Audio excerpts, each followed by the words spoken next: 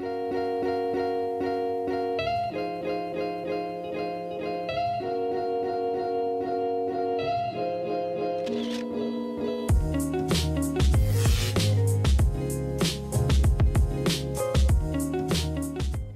ายดีเนาะมูเพื่อนหมดทุกคนมื้อนี้ปุ้มมีเรื่องของเราให้ฟังเนาะย้อนกลับไป100 ปีที่แล้วเนาะ1911เนาะมี2นักสำรวจคนอังกฤษและคนนอร์เวย์แข่งขันกันว่าแม่นไผจะสามารถไปฮอดโคโลใต้ได้ก่อนหมู่ทีมของนอร์เวย์เนาะชื่อว่าอาร์มุเซนและทีมของอังกฤษชื่อว่าโรเบิร์ตทั้งโรเบิร์ตและอาร์มุเซนนั้นต่างก็มีประสบการณ์และอายุที่เท่าๆกันและได้ออกเดินทางในเวลาที่ไล่เลี่ยกันแถมในช่วงเวลา2 เดือนทวิตนั้นแม้พวกเขาต่างก็ได้เจอกับสภาพอากาศที่โหดร้ายในวันที่14 ธันวาคม 1911ทีมของอัลมูเซนนั้นแมนได้ไปฮอดโคโลใต้ได้ก่อนทีมของโรเบิร์ต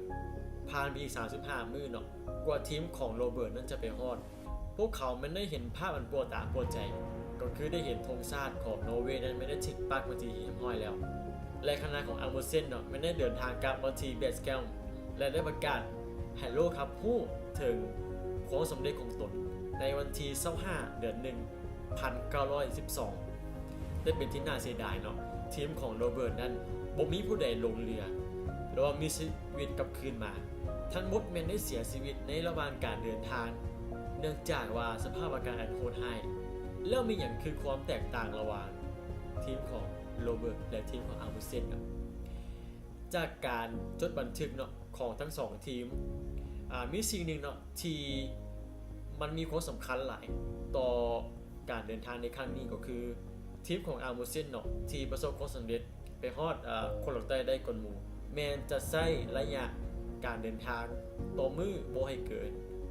15-20 ไมล์เสมอประมาณ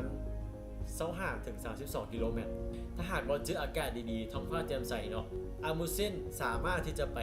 ได้หลายกว่า20 ไมล์แต่อาร์มูเซนเนาะเลือกที่จะบ่เดินทางเกินกว่า20 ไมล์อยู่ดีและถ้าเมื่อใดที่เจอกับสภาพอากาศที่โหดร้ายอาร์มูเซนและลูกทีมของเรานั้นก็ออกเดินทางเนาะอย่างน้อยก็ขอให้ได้ประมาณ 10-15 ไมล์แต่แตกต่างจากทีมของโรเบิร์ตเนาะโรเบิร์ตนี่และลูกทีมของเราในแมนเมื่อใดที่อากาศที่บ่เป็นใจอากาศบ่ดีแม่นพวกเขาจะลบอยู่ในเต้นและเขียนบทบันทึกเนาะแบบน่าเบื่อเลยว่ามื้อนี้อากาศบ่เป็นใจมีลมแรงแต่ถ้ามื้อใดอากาศที่ดีๆอากาศแจ่มใสโรเบิร์ตและคณะของเรานั้นจะเลือกเดินทางไกลที่สุดเท่าที่จะไกลได้